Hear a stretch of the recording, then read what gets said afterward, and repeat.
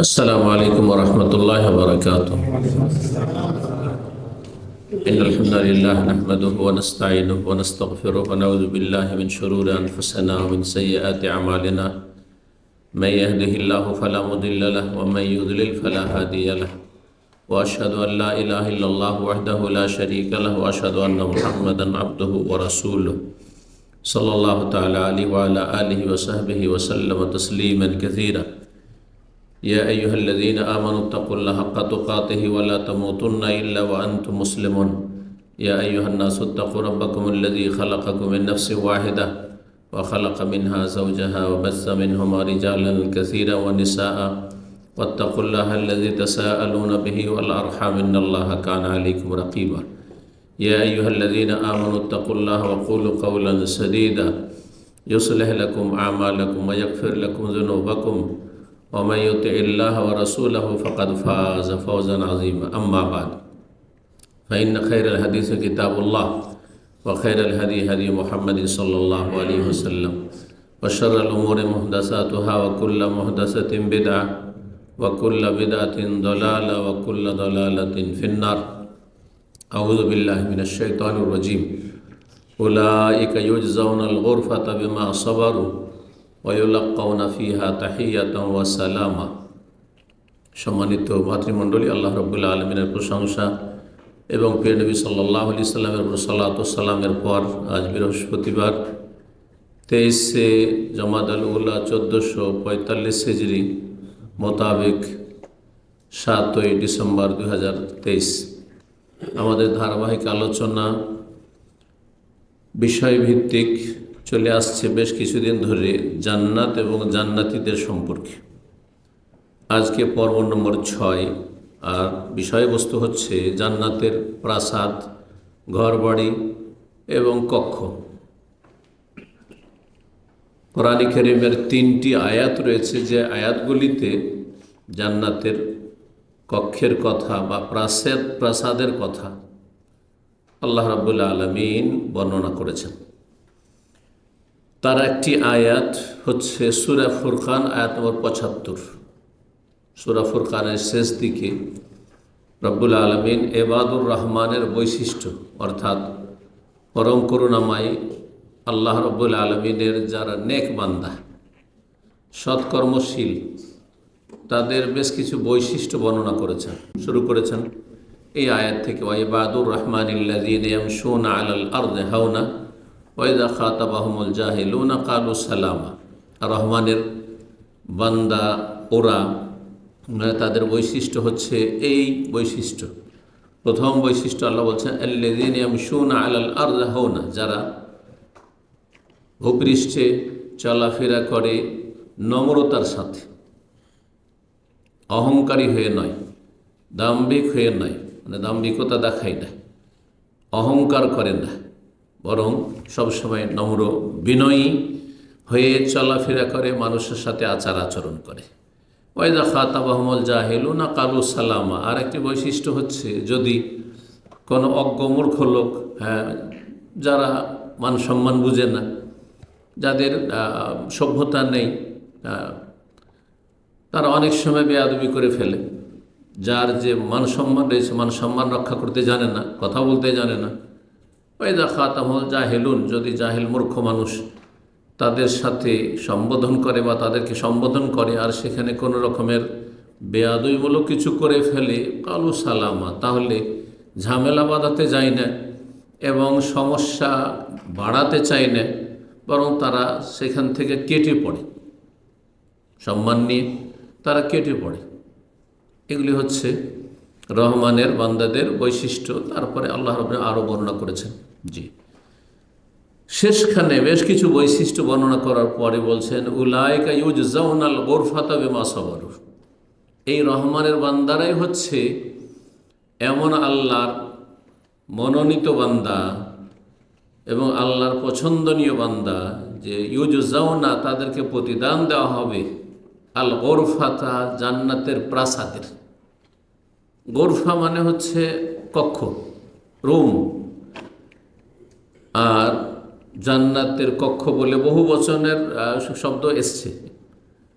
তো কক্ষ বলে সেগুলি প্রাসাদ, ঘরবাড়ি সবগুলিকে উদ্দেশ্যে করা হয়েছে। এই জন্য যারা অনুবাদ করেছেন শাব্দিক অর্থ করেছেন কক্ষ, আবার কেউ ভাব অর্থ করেছেন প্রাসাদ দিয়েও। যখন বাংলা অনুবাদ পড়বেন, বিভিন্ন রকমের বাংলা যে অনুবাদগুলি রয়েছে কোরআন কারীমের তর্জমা, সেগুলিতে এইভাবে আপনারা তর্জমা পাবেন। জি, তো আল্লাহ বলছেন যে তাদেরকে, এই রহমানের যারা নেক বান্দা, অনুগত বান্দা, যাদের সুন্দর সুন্দর ভালো বৈশিষ্ট্য রয়েছে, আল্লাহর হক আদায় করে, মানুষের হক আদায় করে, আল্লাহকে অসন্তুষ্ট করে না, মানুষের সাথে ফিতনা ফাসাদ বিশৃঙ্খলা সৃষ্টি করে না, নিজে শান্তিতে থাকতে চায়, অন্যদেরকে শান্তিতে রাখে,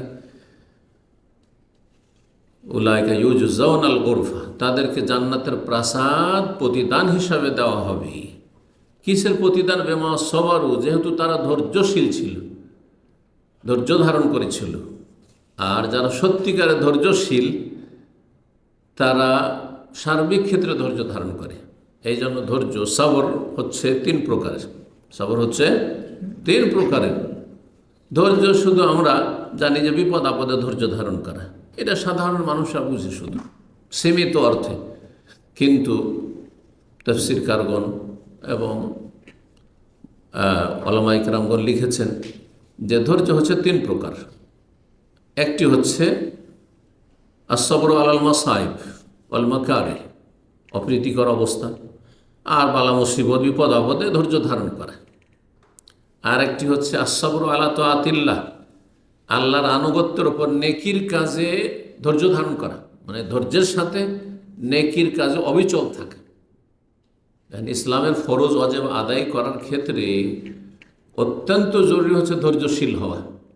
যারা অধৈর্য, কিছুদিন ইবাদতবন্দি করলো, বহু মানুষ আছে যে মৌসুমি ইবাদতবন্দি করে, রমজান আসলো মাশাআল্লাহ এমন নামাজি হয়ে গেল যে আপনারা সারা বছর নামাজি তাদের কাছে ফেল, কিন্তু রমজান পরে ধীরে ধীরে ছেড়ে দিল বা ধৈর্য।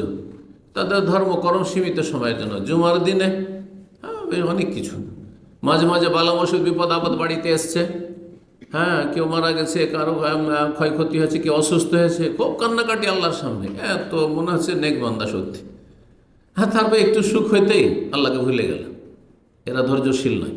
তো সাবরু আলা তাআতিল্লাহ, যারা সত্যিকার আল্লাহর আনুগত্যের ওপর নেকির কাজে ধৈর্য ধারণ করবে, তারা সবসময় একই অবস্থায় থাকবে, সবসময় নেক আমলে থাকবে, ফরজ ওয়াজিব সবসময় আদায় করবে। রমজানে যেমন অন্য মাস তেমন ওইভাবে নামাজের গুরুত্ব দেবে, যেহেতু ফরজ সারা বছর ফরজ। দান খেরাত শুধু রমজান মাসে বেশি বেশি না, না না, মক্কা মদিনায় এসে তখন দান খেরাত আর ইমানের অবস্থা ভালো না, সবচেয়ে মক্কা মদিনা গেলে যেমন ইমানদার আর পরেজগার থাকবেন আপনি, আর ভালো আমলের চেষ্টা করবেন আপনি, যেখানে থাকবেন পরিবেশ ভালো হোক আর মন্দ হোক, খারাপ, সব জায়গায় একই রকম ভালো মানুষে চলার চেষ্টা করবেন।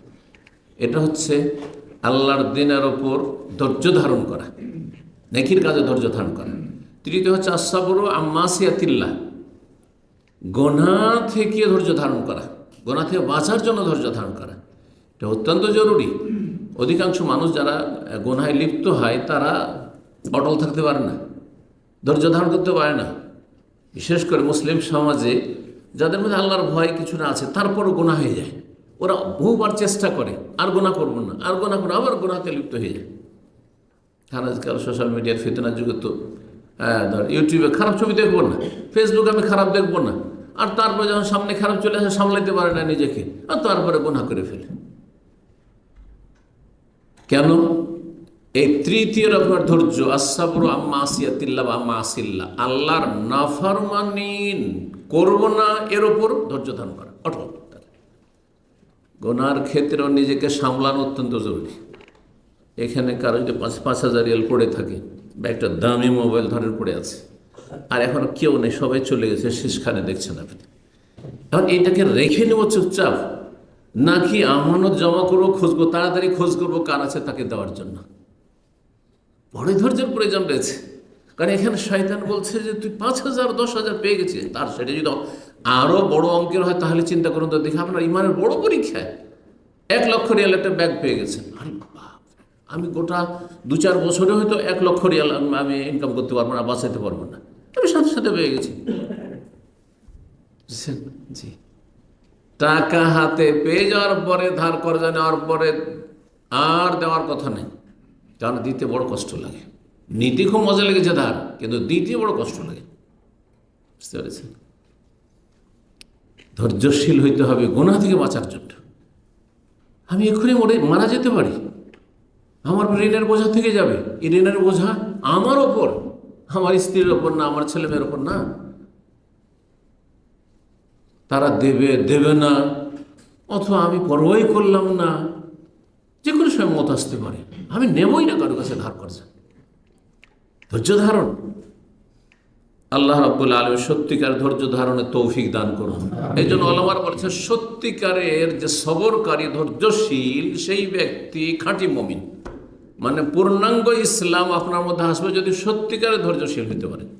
এই 3 প্রকারের ধৈর্য যদি আপনার মধ্যে থাকে, তাহলে আপনি পাক্কা মুমিন, ইমানদার মানুষ।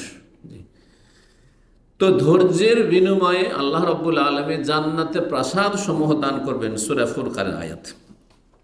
আরেকটা আয়াত সূরা জুমারে রয়েছে, আয়াত নম্বর 20। আল্লাহ বলছে লাকিনিল্লাযীনা ইত্তাকাউ রাব্বাহুম, তবে শোনো, যারা তাদের প্রতিপালককে ভয় করেছে, লাহুম গোরাফুন, তাদের জন্য বহু কি রয়েছে, কক্ষসমূহ রয়েছে জান্নাতে। বহু কক্ষসমূহ, প্রাসাদ রয়েছে। মানে এমন বিশাল প্রাসাদ রয়েছে, তাতে রুমের শেষ নেই, কক্ষের শেষ নেই। গোরফ, গোরফাতের বহুবচন। আর শুধু এই নয় যে একতলা, আল্লাহ বলছেন মিন ফাওকিহা গোরাফুন মাবনিয়াতুন তাজরি মিন তাহতিহা আনহার। কক্ষসমূহ রয়েছে, আর কক্ষসমূহের ওপর আবার কক্ষসমূহ রয়েছে। মানে বিশাল বিশাল টাওয়ার রয়েছে, দুনিয়ার টাওয়ার। আপনি অবাক হচ্ছেন যে এত তলা ঘর বাড়ি আছে, বিল্ডিং আছে। যদি 200-300 যদি কোথাও শুনতে পান, তাহলে আপনি কল্পনা করে চিন্তা করতে পারেন না যে কত কক্ষের ওপর কক্ষ, রুমের ওপর রুম, এসব প্রাসাদে রয়েছে। আল্লাহ এইদিকে ইঙ্গিত করে বলছেন লাহুম গোরাফুন, এই জান্নাতি যারা আল্লাহ ভীরু, তাদের জন্য জান্নাতে কক্ষসমূহ রয়েছে, প্রাসাদে। মিন ফাওকিহা গোরাফুন, আর তার ওপরও কক্ষসমূহ, রুম, আল্লাহ রাব্বুল মাবনিয়াতুন, তৈরিকৃত রয়েছে। জান্নাত প্রস্তুত আছে, এই না যে তৈরি হবে, তৈরি হয়ে আছে। আল্লাহ বলছেন তাজরি মিন তাহতিহা আনহার। আর এত বিশাল বিশাল প্রাসাদ আর সুউচ্চ প্রাসাদ জান্নাতের, সেগুলি নিম্ন দেশে নহর, নদী নালা প্রবাহিত রয়েছে, নদী নালা প্রবাহিত রয়েছে। ওয়াদাল্লাহ, এ হচ্ছে আল্লাহর ওয়াদা, আল্লাহর প্রতিশ্রুতি। কার সাথে?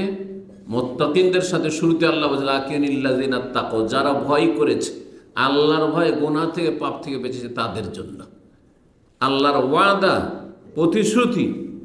লা ইউখলিফুল্লাহুল মিয়াদ, আল্লাহ ওয়াদা খেলাফি করেন না। আল্লাহর ওয়াদার, প্রতিশ্রুতির বিপরীত হয় না। আল্লাহ রাব্বুল আলামিন তাকওয়া অর্জনের তৌফিক দান করেন, গুনাহ থেকে বেঁচে থাকার তৌফিক দান করেন। সহি হাদিস দ্বারা প্রমাণিত, জান্নাতে সর্বশেষ যেই ব্যক্তি জাহান্নামে জ্বলে জ্বলে, কত যে দিন যে জাহান্নামের শাস্তি ভোগ করেছে আর জ্বলেছে, আল্লাহ ভালো জানে, জ্বলবে। আর তারপরে সর্বশেষ যেই ব্যক্তি জান্নাতে স্থান পাবে, জায়গা পাবে, সেই ব্যক্তিকে কতটা দেওয়া হবে? কত বড় বিশাল রাজত্ব তাকে দেওয়া হবে, শুনেছেন কোনোদিন? জানা আছে? এই পৃথিবী এবং তার 10 গুণ। সহি হাদিস, সহি বুখারী মুসলিমের হাদিস। তাহলে যেই ব্যক্তি জাহান্নামে হাজার হাজার বছর জ্বলেছে, হয়তো কি লক্ষ বছর জ্বলেছে, আল্লাহ ভালো জানে, কত তার কাবিরা গুনাহ ছিল, কিন্তু তার ঈমান ইসলাম ছিল। এমন অনেক আছে, বড় শিরক কুফরি করেন যে কাফের হয়ে যাবে। আর যারা বলছে সালাত হচ্ছে শর্ত ঈমান রক্ষার জন্য, নামাজি, কিন্তু অনেকে আছে যুগে যুগে নামাজি, কিন্তু খুন করেছে নামাজি, জেনাইল ব্যবচার লিপ্ত হয়েছে নামাজি, বিভিন্ন হারাম হারাম কাজ করেছে, সুদ খেয়েছে, ঘুষখোর, থাকতে পারে। জাহান্নামের আযাব ভোগ করে যে জান্নাতে আসবে, তার সম্পর্কে আব্দুল্লাহ মাসউদ রাদিয়াল্লাহু তাআলা আনহু বর্ণনা করেছেন, কালান নবী সাল্লাল্লাহু আলাইহি ওয়াসাল্লাম, নবী সাল্লাল্লাহু আলাইহি ওয়াসাল্লাম, ইন্নী লা আ'লামু আখিরা আহলিন নারে খুরুজা মিনহা, আমি জানি, নবী সাল্লাল্লাহু আলাইহি ওয়াসাল্লাম বলছেন আমি জানি ওই ব্যক্তিকে, যেই ব্যক্তি জাহান্নাম থেকে বা জাহান্নামীদের মধ্যে সর্বশেষ জাহান্নাম থেকে বের হবে, তাকে বের করা হবে। শেষ ব্যক্তি যাকে জাহান্নাম থেকে তার সুপারিশ হচ্ছে, আর ধীরে ধীরে ধীরে জাহান্নামী যেগুলো মুসলিম, বিভিন্ন উম্মতের মুসলিম, এই উম্মতের মুসলিম না, ঈসা আলাইহিস সালাম উম্মতের জাহান্নামী মুসলিম যারা, মূসা আলাইহিস সালাম উম্মতের জাহান্নামী মুসলিম, ইব্রাহিম আলাইহিস সালাম উম্মতের জাহান্নামী মুসলিম। প্রত্যেক উম্মতে এক কম বেশি, কোন উম্মতের সংখ্যা কম, কোন উম্মতের সংখ্যা বেশি। তো প্রত্যেক উম্মতের ক্ষেত্রে এই বিষয়টি আমি জানি। নবী সাল্লাল্লাহু আলাইহি ওয়াসাল্লাম বলছেন, ওই ব্যক্তিকে যে সর্বশেষ জাহান্নাম থেকে বের হবে, ওয়া আখিরু আহলিল জান্নাতে দুখুলান ওয়া আখিরা আহলিল জান্নাতে দুখুলান, সর্বশেষ জান্নাতে প্রবেশ করবে ওই ব্যক্তিকে। রাজুলুন, সে এমন এক ব্যক্তি, ইয়াখরুজু মিনান নার কাবওয়ান, জাহান্নাম থেকে বেরোবে সে জ্বলে জ্বলে একেবারে কয়লা হয়ে গেছিল, কয়লা হয়ে গেছিল। তাকে নাহরুল হায়াত, যেটি আবে হায়াত, হ্যাঁ, জীবনের নদী, যাতে প্রাণ সঞ্চারিত হবে, সেই কয়লা হয়ে আছে যেই লোকটি, তাতে নিক্ষেপ করা হবে, আর তাতে সে গজিয়ে উঠবে যেমন একটি কোনো শস্য দানা কোথাও মাটিতে পড়ে থাকলে, আর যখন বৃষ্টির পানি পড়ে বা রস পড়ে তখন কি হয়, অঙ্কুর গজিয়ে ওঠে, কত কচি হয়ে, কত দুর্বল হয়ে, এইভাবে সে যেন গজে উঠছে। আর তারপরে সে হামাগুড়ি দিয়ে জাহান্নাম থেকে জান্নাতের দিকে যাচ্ছে, হামাগুড়ি দিয়ে যাচ্ছে। ফায়াকুরুল্লাহু, আল্লাহ বলবেন, ইযহাব ফাদখুলিল জান্নাহ, যাও যাও জান্নাতে প্রবেশ করো, যাও। ফায়াতিহা, জান্নাতের কাছাকাছি আসবি, আর বাইরে থেকে জান্নাতের সমস্ত দৃশ্যগুলি, নিয়ামতে ভরা জান্নাত দেখতে পাবে। ফায়ুখাইয়ালু ইলাইহি, তাকে দেখে মনে হবে, তার খেয়াল হবে, আন্নাহাম্মাল, আজ ভরপুর হয়ে আছে। দূর থেকে অনেক সময় খালি থাকে জায়গা, তারপর আমাদেরকে মনে হয় যে ফুল হয়ে গেছে। এই দৃশ্য আপনি হজ মৌসুমে, রমজানে, এখন তো সারা বছরের অবস্থা, হারমাইন শরীফের, মক্কা মদিনায় যান আপনি, হ্যাঁ, অনেক সময় জায়গা আছে সামনে দিয়ে, কিন্তু যখন আপনি প্রথম দেখছেন, আরে এমন ভিড় ভাড়ে আছে, ভিতরে তো জায়গায় পাওয়া যাবে না, জায়গায় পাওয়া যাবে না। কিন্তু এদিক সেদিক একটু ঘুরতে ঘুরতে ঘুরতে দেখা যাচ্ছে মাশাআল্লাহ সামনের দিকে জায়গা আছে, কিন্তু প্রথম নজর আসে মনে হচ্ছে ফুল হয়ে আছে। যেখানে লোকজন সংখ্যা বেশি থাকে সেখানে জায়গা কিছু খালি থাকলেও মনে হয় যে ফুল হয়ে আছে। তো দেখে তাকে মনে হবে যে জান্নাত তো ভরপুর হয়ে আছে, জায়গায় নেই। ফায়ার যে ফিরে আসবে, ফিরে আসার পর বলবে, বলবে, ইয়া রব্বি ওয়াজাদতুহা মালা, আমি তো জান্নাতকে একবারে ভরপুর পেলাম, জায়গায় নেই সেখানে ঢোকার। ফায়াকুল, আল্লাহ বলবে, ইযহাব ফাদখুলি জান্নাহ, যাও প্রবেশ করো, ঢুকো, যাও ঢুকো। ফায়াতি, আবার আসবে, ফায়ুখাইয়ালু ইলাইহি, তাকে মনে হবে, আন্নাহাম্মাল, আজ ভর্তি আছে, জান্নাত একবার ফুল হয়ে আছে। ফায়ার যে আবার ফিরে যাবে আর বলবে, ইয়া রব্বি হে রব, ওয়াজাদতুহা মালা, তিন বের করে যাচ্ছে কিন্তু ফুল মনে হচ্ছে, আমি ঢুকতে পারবো না, এই ভিড়ের মধ্যে যাবো কোথায়, জায়গা কেউ জায়গা দেবে না, কোথায় যাবো আমি। ফায়াকুল, এসে বলবে, ইয়া রব্বি ওয়াজাদতুহা মালা, আমি তো ভরপুর পেলাম। ফায়াকুল, ইযহাব ফাদখুলিল জান্নাহ, যাও যাও, তুমি ভরপুর বলছো, যাও, জান্নাত তোমার জন্য তো আছেই, যে জান্নাতে ঢুকবে তুমি। ফাইন্না লাকা মিসলা দুনিয়া ওয়া আশারাতা আমসালিহা, তোমার জন্য এই পৃথিবী, যে পৃথিবী, বিশাল পৃথিবী, যে পৃথিবীতে তুমি একজন মানুষ ছিল, এই পৃথিবী এবং তার 10 গুণ পরিমাণ জায়গা, রাজত্ব তোমাকে জান্নাতে দেওয়া হইল। সূরা তাহরে আল্লাহ জানাবে, ওয়াইদা রাআইতা সাম্মা, তুমি যখন দেখবে জান্নাত, যখন সেখানে দেখবে, সাম্মা মানে যে সেখানে জান্নাতে দেখবে, রাআইতা নাঈমা ওয়া মুলকান কাবীরা, দেখবে যে নিয়ামত আর নিয়ামত, আল্লাহর নিয়ামত আর নিয়ামতে ভরা, আর মুলকান কবীরা, বিশাল রাজত্ব, বিশাল রাজত্ব। একজন চিন্তা করেন, কোনদিন সাধারণত পৃথিবীর একজন রাজা গোটা পৃথিবী শাসন করছে, সাধারণত এরকম হয়নি, সাধারণত এরকম হয়নি। যতই শক্তিশালী রাজত্ব আপনি মানব জাতির ইতিহাসে খুঁজে দেখেন, যে শুধু একজন রাজা সারা পৃথিবীর অনেক এলাকা আবিষ্কারই হয়নি তখন, হয়তো, আর তা হয়তো মরফুল ছিল, হ্যাঁ, শক্তিশালী ছিল, বাকি যেগুলো ছিল সেগুলো তার সামনে দুর্বল ছিল। কিন্তু একজন শাসক গোটা পৃথিবীর শাসন করবে এমনটা সাধারণত হয় না বা হয়নি। তো সুবহানাল্লাহ, মুলকান কবীরা, বিশাল রাজত্ব তাকে দেওয়া হবে। 10 গুণ, দুনিয়ার 10 গুণ তোমার জন্য রয়েছে। অথবা বলেছে ইন্নালাকা মিসলা আশারাতে আমসালিদ দুনিয়া, দুনিয়ার 10 গুণ তোমাকে দেওয়া হবে। ফায়াকুলু, চিন্তা করুন, যেই লোকটি নিজের ঢোকার জায়গা পায় না জান্নাতে, বারবার করে 3বার ফিরে চলে এসেছে, চতুর্থবার বলছে আল্লাহ সব ফুল হয়ে আছে, যা 10 গুণ তোকে দিলাম, যা। সেই ব্যক্তিকে যখন বলা হবে যে তোকে পৃথিবীর 10 গুণ, পৃথিবী এবং তার 10 গুণ, এই যে দুটো বাক্য এসেছে, দুটো বাক্যতে পার্থক্য এই হবে যে তাহলে 11 গুণ হয়ে যাবে, 1 গুণ আর তার আরও 10 গুণ, অথবা টোটাল 10। আচ্ছা চিন্তা করুন, একটা লোক জায়গাই পায় না, আর তাকে যদি বলে যে তোকে অসাধারণ কিছু, অকল্পনীয় তাকে কিছু দেওয়া হইলো, যদি বলেন তো কি বলবে সে? আল্লাহ, এই তো আমার সাথে রসিকতা হচ্ছে, তাই না? হ্যাঁ, আমার সাথে উপহাস করা হচ্ছে। যে একটা ক্লিনারকে যদি বলেন যে যা তোকে কোম্পানির, তোকে হঠাৎ করে ক্লিনারকে যদি বস বলে যে তোকে কোম্পানির আমি তোকে এই বানিয়ে দিলাম, জিএম বানিয়ে দিলাম, তাহলে কী বলবে? কি বলবে? ও তো ভাই নেবে যে আমাকে তুই মানুষই মনে করেন না, হ্যাঁ, ঠাট্টা মজাক শুরু করে দিয়েছে আমাকে নিয়ে। জি, তাসখারু মিন্নি আও তাদহাকু মিন্নি ওয়া আনতাল মালিক, আল্লাহ তুমি আমাকে নিয়ে উপহাস করছো, ঠাট্টা করছো, অথবা আমাকে নিয়ে তুমি হাসি তামাশা করছো।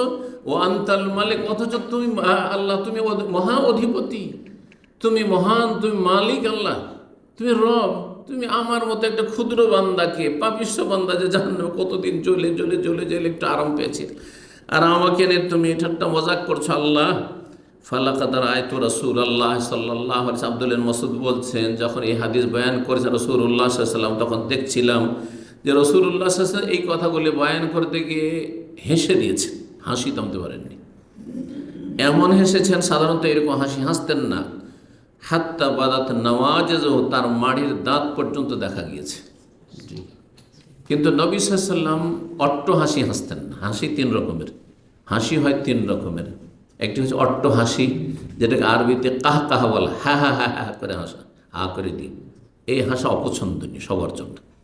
এই হাসা কোনো ভালো মুমিন ব্যক্তির চরিত্র হইতে পারে না, এটি বর্জনীয় হতে পারে, হারাম না যায় নয়, কিন্তু অপছন্দনীয় অবশ্যই। জি, আর খুব বেশি হাসি করলে মানুষের হৃদয়, অন্তর দুর্বল হয়ে যায়, দুর্বল হতে হতে মরে যায়, ইমান কমজোর হয়ে যায়। এজন্য হাসিটা একটা সীমিত থাকতে হবে, অট্ট হাসি মোটেই নয়। বাকি থাকলো দ্বিতীয় মাঝামাঝি হাসি হচ্ছে দেহেক, এখানে জাহেকা, জাহেকা মানে আওয়াজ হা হা করে হবে না, কিন্তু আপনার হাসিটা ফুটে উঠবে, শুধু চেহারাতে নয়, আপনার হাসিটা ফুটে উঠবে, মাঝারি হাসি, যেটা সাধারণত যেটা হাসি বলে থাকি আমরা। আর তৃতীয় হাসি হচ্ছে মৃদু হাসি, হালকা হাসি, সেটা হচ্ছে মুচকি হাসি, তাবাসসুম, সেটা কি বলা হয়? তো আমাদের দেশে মেয়েদের নাম তাবাসসুম, তাই না? হ্যাঁ, ইবতিসামা, আরবিতে ইবতিসাম, ইবতিসাম মানে মুচকি হাসা। তাবাসসুমুকা ফি ওয়াজহি আখিকা, তোমার ভাইয়ের সাথে দেখা সাক্ষাৎ হলে মুচকি হাসি দেওয়া তোমার জন্য সাদকার নাকি, নবী সাল্লাল্লাহু আলাইহি ওয়াসাল্লাম বলছেন। তাবাসসুম, তাবাসসুমুকা মানে তোমার মুচকি হাসি। জি, নবী সাল্লাল্লাহু আলাইহি ওয়াসাল্লাম হেসে দিয়েছেন, মাঝামাঝি হাসি হেসেছেন, আর অধিকাংশ সময় নবী সাল্লাল্লাহু আলাইহি ওয়াসাল্লাম মুচকি হাসি ছিল সবসময়। যে কারোর সাথে দেখা হইলে হাসি মুখে কথা বলা, যাতে করে আপনি অহংকার মুক্ত, এটা বোঝা যায়।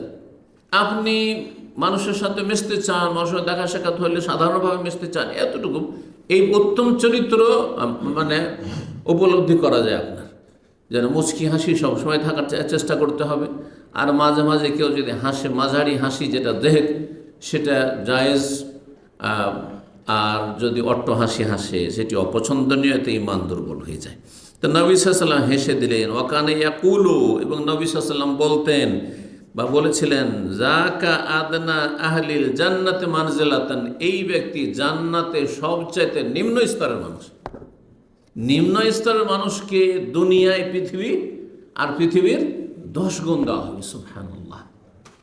যদি এই হয়, তাহলে যারা মুকাররবিন, আল্লাহর নৈকট্যপ্রাপ্ত বান্দা, হ্যাঁ, যারা আবরার নেক লোক, যাদের কথা আল্লাহ কোরআনে বর্ণনা করেছেন, জি, তাদেরকে আল্লাহ কত উচ্চ স্থান দেবেন, কত অকল্পনীয় তাদের জন্য নিয়ামত থাকবে আর প্রাসাদ থাকবে। যদি এত বিশাল রাজত্ব এক সর্বনিম্ন ব্যক্তি যে জান্নাতে সব শেষে এসে তার যদি হয়, তাহলে কত প্রাসাদ, আর সেসব প্রাসাদে কত ঘরবাড়ি বিল্ডিং এবং কত তাতে আপনার কক্ষ ইত্যাদি ইত্যাদি। আল্লাহ রাব্বুল আলামিন যেন আমাদেরকে জান্নাতুল ফিরদৌস দান করেন।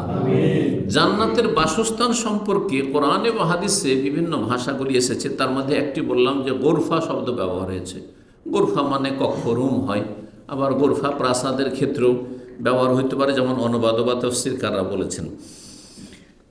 আর এসেছে হাদিসে কাসরের কথা। কাসর মানে প্যালেস, প্যালেস মানে প্রাসাদ। জি, প্যালেস হচ্ছে রাজপ্রাসাদ। জি, রাজাদের বাড়ি। তো সেখানে সবাই রাজার মতো, সবার কাসর থাকবে, সবার প্যালেস থাকবে। বাড়ি ঘরের কথা এসেছে হাদিসে, বাইতের কথা এসছে হাদিসে, এসছে খিমার কথা, তাঁবুর কথা এসছে। কারণ যতই সুখী মানুষ দুনিয়ার হোক, একই অবস্থায় থাকা ভালো লাগে না, এটা মানুষের স্বভাব। এই স্বভাবে আল্লাহ এই প্রকৃতির মানুষকে আল্লাহ সৃষ্টি করেছেন। দেখেন যারা বিশাল বিশাল বাংলা তৈরি করে আর ওইরকম থাকতে, তারাও গিয়ে পার্কে বসে থাকছে, পার্কে কিছু বিছিয়ে ওখানে বসে থাকছে, কিছুক্ষণ বিনোদন, ওইটি বিনোদন। ওই সমুদ্র বিচে ঘাসের উপর বসে থাকবে, ওইটি মজা লাগছে। আরও আমি দেখেছি যাদের বাড়ি ঘরে থাকার কোনো অভাব নেই, আর সুখ শান্তির সামগ্রীর আর ভোগের সামগ্রীর কোনো অভাব নেই, তারাও গিয়ে বালিতে, মরুভূমিতে বসে থাকছে। হ্যাঁ, বালিতে বসে থাকছে, কিছু নেই, বালিতে এমনি বসে আছে, ওটি মজা লাগছে। মানুষ বিভিন্নভাবে কি করতে চায়, জীবনযাপন করতে চায়। সবসময় একই রকম খাবার পছন্দ না, সবসময় একই রকম অবস্থা ভালো না, যে বিভিন্ন রকম অবস্থায় মানুষ থাকতে চায়। এই জন্য দেখেন আরব দেশগুলিতে এত ধন সম্পদ থাকার পরেও মরুভূমিতে চলে যান, চারিদিকে শুধু ডানে বামে দেখবেন যে তাঁবু লাগানো আছে, খেমা লাগানো আছে। আর খেমাগুলো ফালতু পড়ে নেই, এগুলোতে পয়সা দিয়ে দিয়ে মানুষ ভাড়া নিচ্ছে। যাদের নিজের আছে নিজের আছে, আর যাদের নিজের নাই কি করছে, ভাড়া নিতে হয়, পয়সা দিতে হয়। জি, তো হাদিসে খেমার কথা, তাঁবুর কথাও এসেছে। কক্ষের কথা শোনেন, দুটি আয়াত তাহলে আপনাদেরকে শোনাইলাম, তাই না? আর তৃতীয় আয়াত সূরা সাবা আয়াত 37-এ আল্লাহ ইরশাদ করেছেন, ওমা আমওয়ালুকুম ওয়ালা আওলাদুকুম বিল্লাতি তুকাররিবুকুম ইনদানা যুলফা। তোমাদের ধন সম্পদ, তোমাদের ছেলে মেয়ে, সন্তান সন্ততি এমন বিষয় নয়, এমন বিষয় নয় যেগুলি তোমাদেরকে আমার সান্নিধ্য লাভ করিয়ে দেবে। অর্থাৎ পয়সা দিয়ে আল্লাহকে সন্তুষ্ট করে নেবে, আর তোমাদের ছেলে মেয়ে জনবল দিয়ে আল্লাহকে সন্তুষ্ট করে নেবে, আল্লাহ সান্নিধ্য লাভ করে নৈকট্য অর্জন করবে, এটা সম্ভব নয়। দুনিয়াতে জনবল আছে, পার্টি স্ট্রং আছে, হচ্ছে না? হচ্ছে না? পয়সা আছে, পয়সাতে সব কিছু হচ্ছে। হ্যাঁ, যার পয়সা আছে, পয়সাতে যা ইচ্ছা তাই করতে পারছে, বা জনবল আছে, জনশক্তি আছে, ক্ষমতা আছে, সেনাবাহিনী মজবুত আছে, যা ইচ্ছা তাই করছে। আল্লাহ বলছে এগুলো আল্লাহর কাছে কোনো কাজে আসবে না। ওমা আমওয়ালুকুম, না তোমাদের ধন সম্পদ, ওয়ালা আওলাদুকুম, না তোমাদের জনবল, ছেলে মেয়ে, সন্তান সন্ততি, বিল্লাতি তুকাররিবুকুম ইনদানা যুলফা, আমার নৈকট্য অর্জনকারী দিবে। আল্লাহর নিকটবর্তী, আল্লাহর সন্তুষ্টি প্রাপ্ত বান্দা যদি হতে চাও, তো এইগুলো দুনিয়ার এইসব সামগ্রীর কাজ হবে না।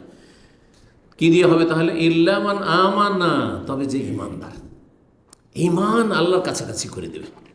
ইমানের মাধ্যমে আল্লাহ নৈকট্য অর্জন হবে। কুফরি দিয়ে হবে না, শিরকি আকীদা দিয়ে হবে না, বিদআতি আকীদা দিয়ে হবে না।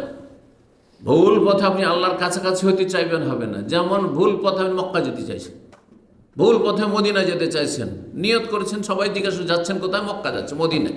আর রাস্তা ধরেছেন আপনি এই দিক থেকে, যে জুবাইল খাবজি হয়ে চলে যাবেন, হয় কুয়েত চলে যাবেন, না হয় ওইদিকে যদি বাম দিকেরটা ধরেন তো চলে যাবেন হাফরুল ওয়াতান হয়ে আপনি জর্ডন চলে যাবেন, অন্য কোনো দেশে চলে যাবেন। কিন্তু যত যাবেন এই দিয়ে এই রাস্তায়, তত বেশি মক্কা মদিনা থেকে দূর হয়ে যাবেন। ঠিক ওই রকমই এক আল্লাহর ইবাদত বন্দেগী যদি না করেন, আর এক রসুলের তরিকে যদি ইবাদত বন্দেগী না করেন, তো যত এই বেদাতি আমল করতে থাকবেন, যত শিরকি আমল করতে থাকবেন, তত বেশি আল্লাহ থেকে দূরে হয়ে যাবেন। আল্লাহ নৈকট্য অর্জন কখনো সম্ভব হবে না। আল্লাহ বলছে ইল্লামান আমানা, যারা ইমানদার, ওয়া আমিলা সালিহান, শুধু ইমানের দাবি করলে হবে না। যেমন আজকাল অধিকাংশ জন্মসূত্রে মুসলিম, ব্যাস মুসলিম জান্নাতের আশা করে বসে আছে। কাফের হিন্দু জান্নাত পাবে না, খ্রিস্টান জান্নাত পাবে না, ইহুদি মালাউন জান্নাত পাবে না, এসব কথা আমাদের দেশি মুসলিমদের। হ্যাঁ ঠিক আছে, ওগুলো আপনার জায়গায় ঠিক আছে, কিন্তু তুমি জান্নাত পাবে কিনা খোঁজ রেখে দেখো। 5 ওয়াক্ত সালাত নাই, ফরজ নেই, হারাম কাবিরা থেকে বাঁচছে না, এত সহজ। ইমানের দাবিদার হইলে ওয়ামেলা সালেহান, সৎকর্মশীল হইতে হবে। ইমান অন্তরে আছে, এর বহিঃপ্রকাশ বাস্তব প্রমাণ হচ্ছে নেক আমল। 5 ওয়াক্ত আল্লাহর সামনে হাজিরা দিচ্ছেন, রমজান মাস আসছে আগে থেকে প্রস্তুত হয়ে রয়েছেন মানসিক শারীরিকভাবে, আমি রমজান মাসে সিয়াম পালন করব। পয়সা আছে, কখন আমার সময় আসছে জাকাত দেবে, এক একটি টাকা হিসাব করে যে কত টাকা আমার জাকাত বেরোয়। হ্যাঁ, যত তাড়াতাড়ি সম্ভব আমি হজ আদায় করবো, হজের টাকা আমার কাছে হয়ে গেছে সংসার চালিয়ে, সুতরাং আগে হজ করবো, আগে জমি জায়গা প্রপার্টি নয়। এইরকম মেজাজ থাকবে, হারাম নাজাজ থেকে বেঁচে থাকবো।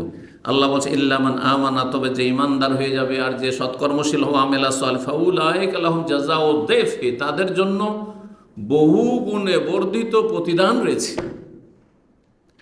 আল্লাহ রাব্বুল আলামিন একটা নেকি করলে 10, কমপক্ষে 10 দেন।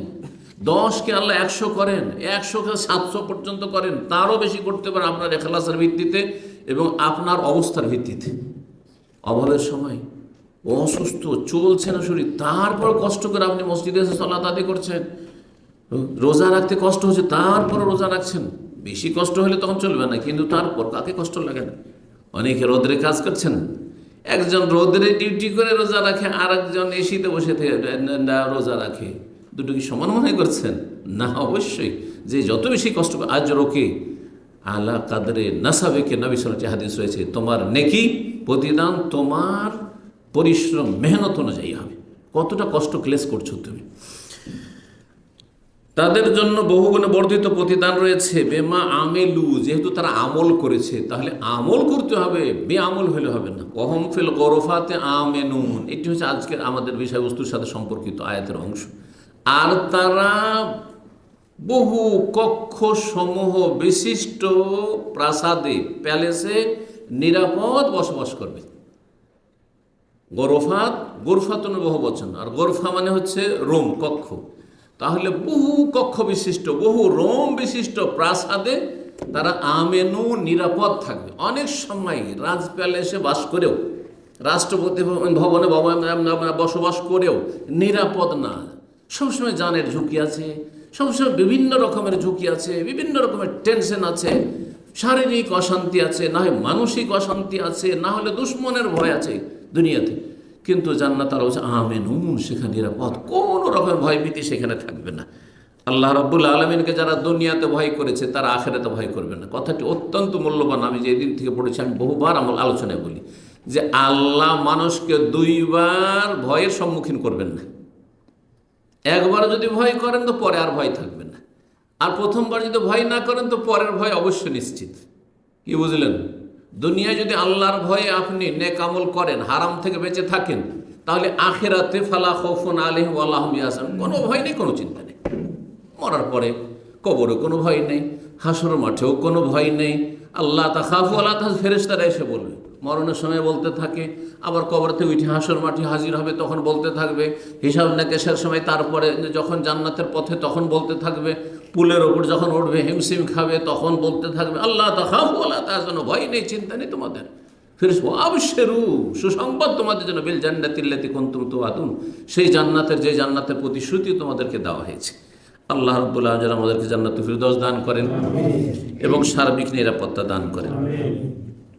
বলছিলাম জান্নাতের কক্ষ, প্রাসাদ এবং ঘর বাড়ি সম্পর্কে। আরেকটি হাদিস শোনায় আপনাদেরকে।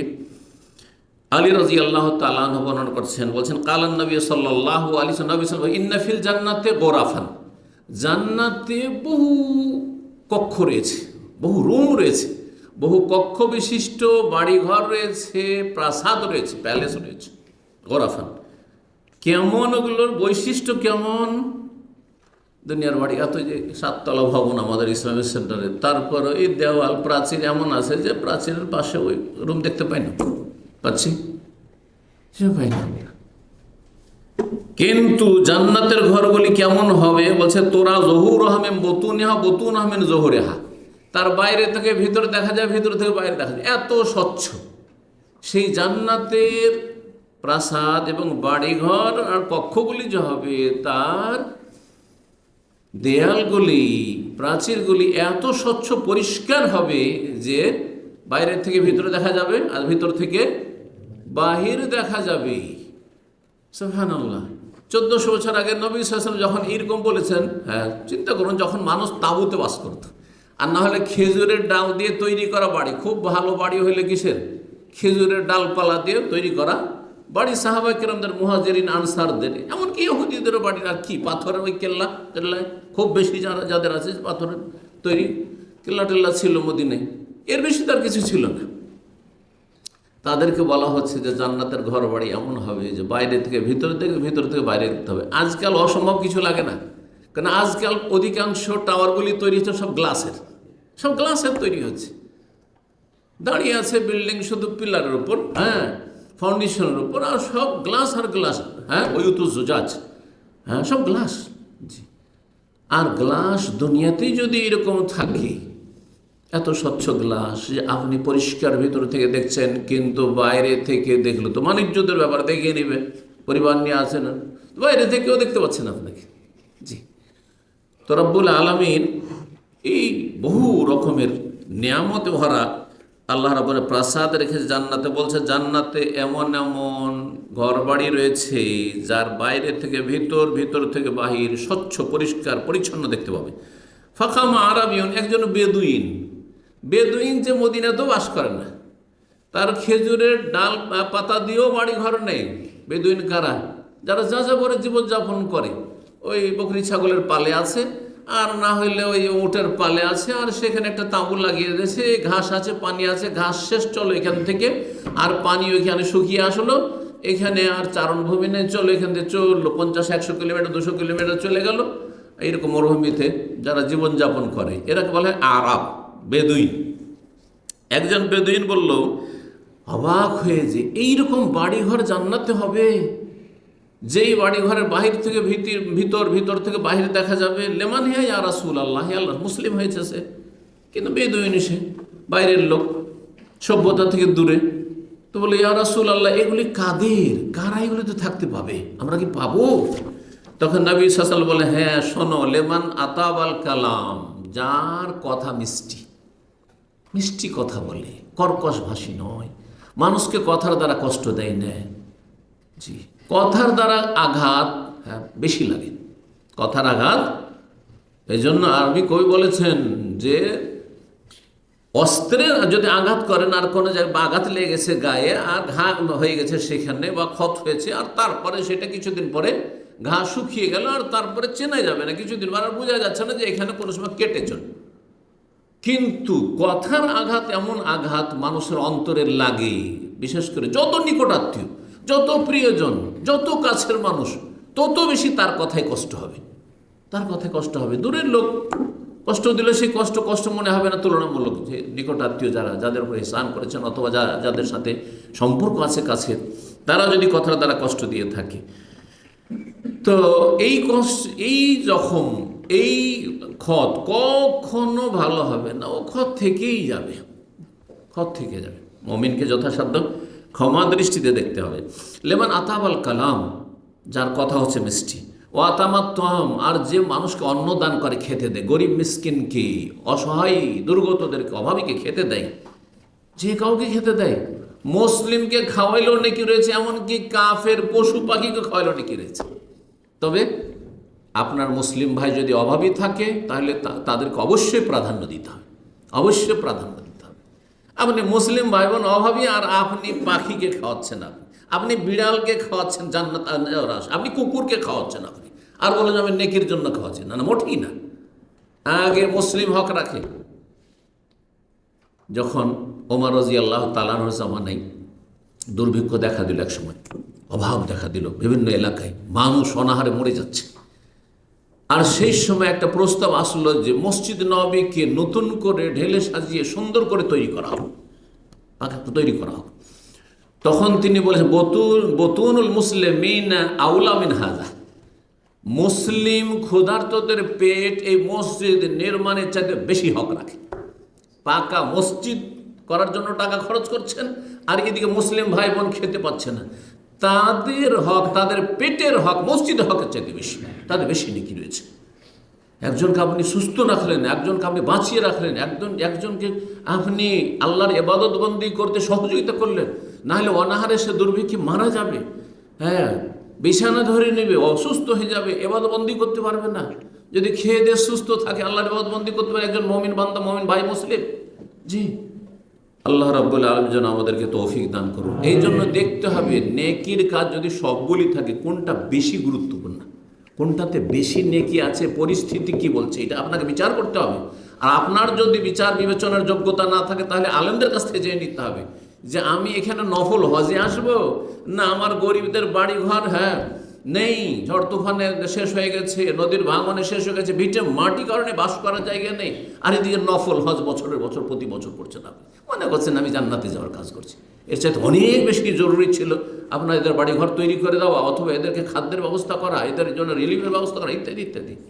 জি, তো নবী সাল্লাল্লাহু আলাইহি ওয়াসাল্লাম বলছেন যারা খেতে দেয়, বলেননি যে যারা মুসলিমকে খেতে দেয়, তাহলে বোঝা আমার তো যে কাউকে খাওয়ান না কেন, কিন্তু যেটা বেশি গুরুত্বপূর্ণ আগে, তারপরে গুরুত্বপূর্ণ, তারপরে যেটা কম গুরুত্বপূর্ণ।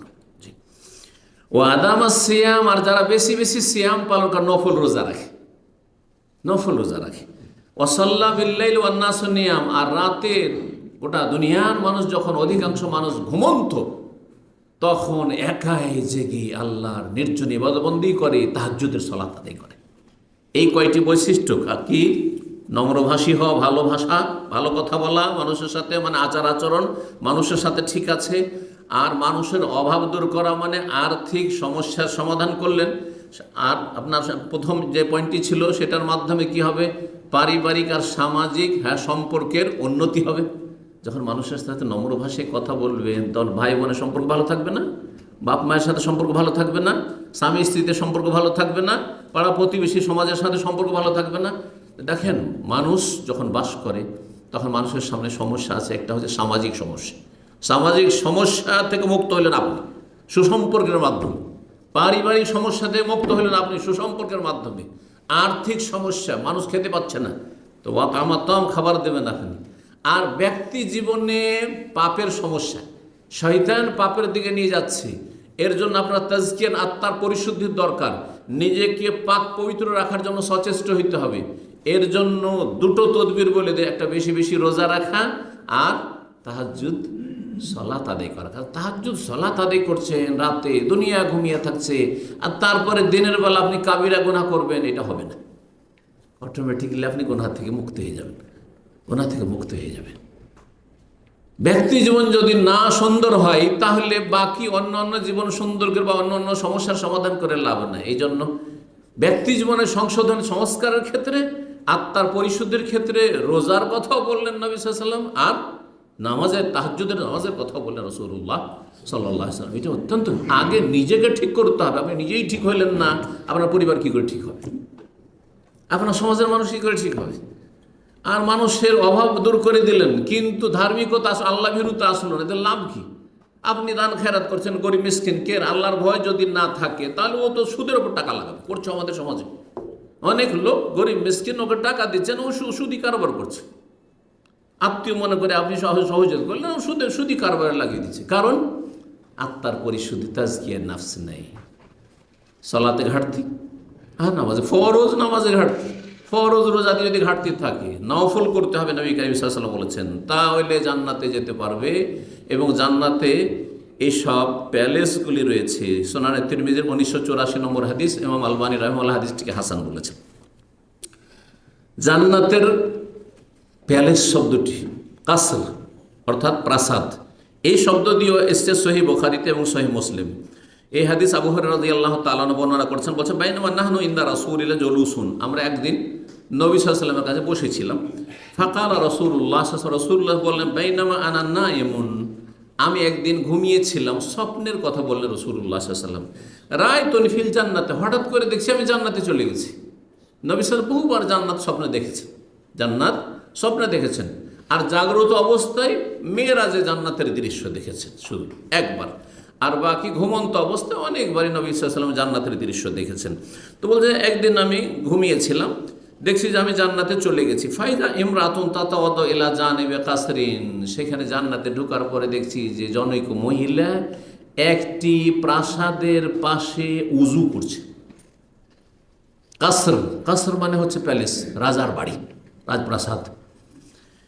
রাজপ্রাসাদের পাশে উজু করছে জান্নাতের ভিতরে। ফাকুল, তো আমি ফেরেশতাদেরকে বললাম, আমার সাথে আছে ফেরেশতা, হ্যাঁ, তাদেরকে বললাম লেমান হাজা, এই প্যালেসটি, রাজপ্রাসাদটি কার? তখন বললেন হাজা লে ওমর, এটি হচ্ছে উমর ইবনে খাত্তাব রাদিয়াল্লাহু তাআলা আমিরুল মুমিনিনের। জি, উমর খুব রাগী মানুষ ছিলেন, কিন্তু হকের ওপর। তারপরে যাদের ব্যক্তিত্ব মজবুত থাকে, হ্যাঁ, তাদের মধ্যে আত্মমর্যাদাবোধ খুব বেশি থাকে। আর যাদের কোনো পার্সোনালিটি নেই, ব্যক্তিত্ব নেই, হ্যাঁ, বা ব্যক্তিত্ব দুর্বল, তাদের আত্মমর্যাদাবোধটা একটু কম থাকে, তুলনা তখন কমে চলে আসে। তো ওমর রাদিয়াল্লাহু তাআলা আনহুর কথা যখন বলা হলো যে এই প্যালেসটি হচ্ছে কার, ওমর রাদিয়াল্লাহু তাআলা আনহুর, ফাযাকারতু গায়রাতাকা, ওমর ছিলেন ওই মজলিসে, যেদিন বসে গল্প করছেন আর এই স্বপ্নের কথা শোনাচ্ছেন। বলছেন যে ওমর, তোমার আত্মমর্যাদাবোধের কথা, তোমার গায়রাতের কথা মনে হইল, যে তোমার আমি হুর আমি দেখতে পাচ্ছি তোমার হুর। চিন্তা করুন তো, যার আত্মমর্যাদা বোধ আছে কখনো চাইবে না যে তার মা বোনকে কেউ দেখেনি, তার স্ত্রীকে কেউ দেখেনি। কিন্তু বেগাইরাত যারা, হ্যাঁ, দ্য ইউস, কোনো ব্যাপার না, ও নিজেই দেখাচ্ছে, আসো আসো দোস্ত, এসো এসো এসো আসো, স্ত্রীকে ডাকছে যে চলো খাবার নিয়ে আসো, এই চা নিয়ে আসো, দ্য ইউস এরা। তো ওমর রাদিয়াল্লাহু তাআলা আনহুকে বলছেন রাসূলুল্লাহ সাল্লাল্লাহু আলাইহি ওয়াসাল্লাম, তোমার গায়রাতের কথা, মানে আত্মমর্যাদা বোধের কথা মনে হলো যে তুমি তো মেজাজি মানুষ, আর জান্নাতে গেলাম আর তারপরে তোমার একটু হুর দেখে নিচ্ছি আমি। ফাওয়াল্লাহি তো মুদবিরান, তাড়াতাড়ি আমি মুখটা ফিরিয়ে অন্যদিকে টান দিলাম। ফাওয়াল্লাহি তো মুদবিরান, অন্যদিকে আমি টান দিলাম যে তোমার হুর দেখবো না, যে উজু করছে। ফাবাকা ওমর, ওমর রাদিয়াল্লাহু তাআলা এই কথা শোনার পরে কেঁদে ফেললেন, কান্না শুরু করে দিলেন। সেই মজলিসেই ছিলেন তিনি, অহফিল মজলিস। সুম্মা কাল, তারপর বল আওয়া আলাইকা ইয়া রাসূলুল্লাহ আগার, অন্য রিওয়ায়াতে আগার ও আলাইকা ইয়া রাসূলুল্লাহ, হে আল্লাহ রসুল, আপনি আল্লাহ রসুল, আপনার মাধ্যমে আল্লাহ আমাকে জাহান্নাম থেকে রক্ষা করেছেন, আপনার মাধ্যমে আমি হেদায়েত পেয়েছি আপনার ওসিলাতে, আর আপনি আমার হুর দেখলেন, এতে আমার গায়রত হবে, এতে আমার রাগ হবে, এতে আমার আত্মমর্যাদা বোধে আঘাত হবে, এটা হইতে পারে? এটা হইতে পারে না, এটা হইতে পারে ইয়া রাসূলুল্লাহ। আর তারপর আবেগে তিনি কেঁদে ফেলেন, ইয়া রাসূলুল্লাহ, আপনি কেন এটা আমার সম্পর্কে মনে করলেন? আপনি দেখলেন অসুবিধাটি কি? কোনো অসুবিধা নেই, তো জান্নাতের দৃশ্য আপনি দেখছেন, জান্নাতের দৃশ্য আপনি দেখছেন, আর আপনার ওপর কেন গায়রত হবে আমার, ইয়া রাসূলুল্লাহ। সুবহানাল্লাহ। মদিনা মসজিদে যখন পড়তাম বুখারীর ক্লাসে, আমাদের যে ওস্তাদ ছিলেন আল কাসিমের, তিনি এই হাদিসটি পড়াইতে গিয়ে তিনিও কেঁদে ফেলেছিলেন, ছাত্ররা অনেকে কেঁদেছিলেন। উমর রাদিয়াল্লাহু তাআলার আবেগপূর্ণ কথা যে ইয়া রাসূলুল্লাহ, আর নবী সাল্লাল্লাহু আলাইহি ওয়াসাল্লামের কথা। নবী সাল্লাল্লাহু আলাইহি ওয়াসাল্লাম বলছেন, উমর, চিন্তা করলাম যে এটা তোমার হুর, আর আমি সেদিকে তাকাবো বা সামনে পড়ে গেছে, তাড়াতাড়ি যখন শুনতে পেলাম যে এই হুর হচ্ছে তোমার, উজু করছে মহিলা, তাড়াতাড়ি অন্যদিকে আমি টান দিলাম, কারণ তোমার গায়রাতের কথা চিন্তা করলাম যে তোমাকে হয়তো কষ্ট লাগতে পারে, যে আমার যেমন কষ্ট লাগবে এইরকম যারা পরেশগার মানুষ, তাদের যদি স্ত্রীকে কেউ দেখে নেয়, তাদের মেয়েকে কেউ দেখে, সাবালিকে মেয়েকে কেউ দেখে নেয়, তাদের মা বোনকে কেউ দেখে নেয়, তো একটু কষ্ট লাগবে, খারাপ লাগবে একটু, যে দেখে নিল হঠাৎ। তো সেই সময় কেঁদে ফেললেন ওমর রাদিয়াল্লাহু তাআলা আনহু, বলেন আলাইকা আগারু ইয়া রাসূলুল্লাহ, আপনার ওপর কেন আমার গায়রত হবে হে আল্লাহর রাসূল। সহিহ বুখারী 4826 আর সহিহ মুসলিমে 4409 নম্বর হাদিস। এই হাদিস কি প্রমাণ করে? যে জান্নাতে প্যালেস রয়েছে, ওমর রাদিয়াল্লাহু তাআলা আনহুর প্যালেস, রাজপ্রাসাদ রয়েছে। তো ওমরই যদি থাকে তো অন্যান্য সাহাবীদের রয়েছে, এমনকি যে কোনো সাধারণ জান্নাতেরও প্যালেস রয়েছে। তবে সবগুলি একই স্তরের না, যার যেমন ঈমান আমল তেমনই তার স্তর বা স্থান মর্যাদা নির্ধারিত হবে। জান্নাতে যখন প্যালেসের কথা আমরা হাদিসে পেয়ে গেলাম, এখন বাড়িঘরের কথা শুনে, জান্নাতে বাড়িঘরও আছে। এই মর্মে বেশ কিছু হাদিস রয়েছে, তার মধ্যে একটি হাদিস এখানে শোনাই, বা একাধিক হাদিস। আবু হুরায়রা রাদিয়াল্লাহু তাআলা থেকে বর্ণিত একটি হাদিস, কাল আতা জিবরিল নবী সাল্লাল্লাহু আলাইহি ওয়াসাল্লাম, জিবরাইল আলাইহিস সালাম একদিন নবী সাল্লাল্লাহু আলাইহি ওয়াসাল্লামের কাছে আসলেন। এসে বলি ইয়া রাসূলুল্লাহ, আল্লাহ রসুল, হাযিহি খাদিজাতু। জিবরাইল এসেছেন কার কাছে? রাসূলুল্লাহ সাল্লাল্লাহু আলাইহি ওয়াসাল্লামের কাছে। আসে বলছেন ইয়া রাসূলুল্লাহ, এই যে খাদিজা আসছে, কাদ আতাত। জিবরাইল আলাইহিস সালাম আগেই দেখে নিয়েছেন, কারণ ফেরেশতারা মানুষের চাইতে বেশি সব কিছু খেয়াল করেন বা জানতে পারেন। তো বলছেন এই যে খাদিজা কাদ আতাত আসছে কিন্তু আপনার কাছে এক্ষুনি, মাহা এনাউন ফিহি এদামুন, আর তার হাতে একটি পাত্র আছে যাতে তরকারি আছে, আও তো আমন, অথবা খাবার নিয়ে আসছে আপনার জন্য। খাদিজা রাদিয়াল্লাহু তাআলা আনহা খাবার পরিবেশন করার জন্য বা নবী সাল্লাল্লাহু আলাইহি ওয়াসাল্লামকে দেওয়ার জন্য আসছেন, আও শারাবুন, অথবা কোনো পানীয় আছে। ফায়দা হে আতাতকা, যখন খাদিজা আসবে, জিবরাইল আলাইহিস সালামকে কথা বলছেন না খাদিজার সাথে, কিন্তু দেখতে পাচ্ছেন, বলছেন যে যখন আসবে খাদিজা আপনার কাছে, ফাকরা আলাইহাস সালামিন রব্বিহা ও মিন্নি, আমার পক্ষ থেকে আর আমার রবের পক্ষ থেকে খাদিজাকে সালাম দিয়ে দিয়ে। তাহলে এই হাদিসের আরেকটি মাসলা জানলাম যে একজন আরেকজনকে সালাম পৌঁছানো শরীয়তের বিধান এটি। যেমন আমরা বলে থাকি যে আপনি যাচ্ছেন অমুক জায়গায় যাচ্ছেন, তো আমার সালামটা অমুককে দিয়ে দিই, বলছেন না? বলছেন না? জি হ্যাঁ।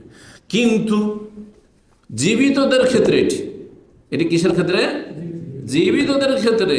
এইখানে খাদিজা রাদিয়াল্লাহু তাআলা আনহা কি জীবিত আসছেন, আর জিবরাইল আলাইহিস সালাম বলছেন আমার সালামটা, যেহেতু উনি কথা বলবেন না সরাসরি বা সালাম দেবেন না, হ্যাঁ, নবী সাল্লাল্লাহু আলাইহি ওয়াসাল্লাম দেখছেন জিবরাইল আলাইহিস সালামকে, জিবরাইল আলাইহিস সালাম দেখছেন খাদিজাকে, কিন্তু খাদিজা দেখছেন না জিবরাইল আলাইহিস সালামকে যে এসে আছেন মজলিসে। কিন্তু আমাদের সমাজে আরেকটি বিদাত আছে এই মর্মে, ওইটা কথা বলার জন্য। কি সেটা?